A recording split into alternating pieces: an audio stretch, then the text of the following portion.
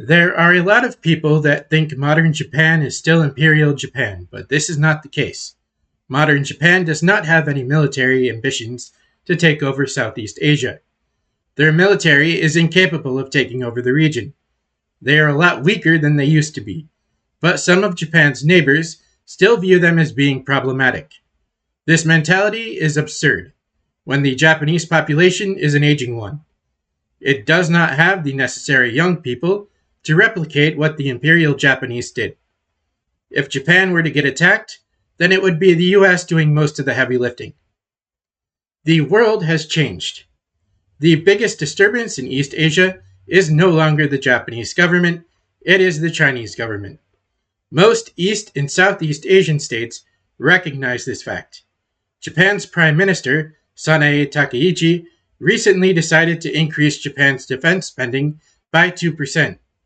The Chinese threw a fit, but I have no problem with it. Japan should increase its defense spending. It should be capable enough to protect its own interest, sovereignty, and help to defend its important allies.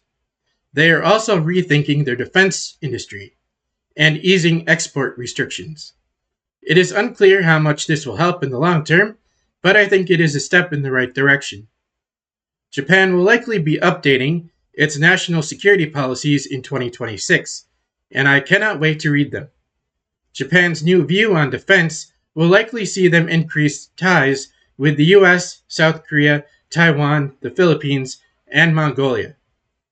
It is important for these states to increase their bonds with each other because I am not sure how much pressure they could put on the Chinese government. I do not know how big of a deterrence they will be to Beijing. However, I do think Japan and Mongolia's relationship will stay under the radar. This is something that people should keep an eye on because it often gets overlooked.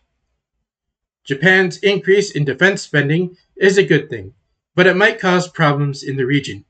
The increase in defense spending could spark an arms race in East Asia. I do not think Japan could win an arms race because their economy is hit or miss. If they wanted to win an arms race, then they would need a stronger economy. However, Japan's increase in defense spending could also cause domestic problems. If you are putting more money into defense, then you are taking money from other parts of the economy.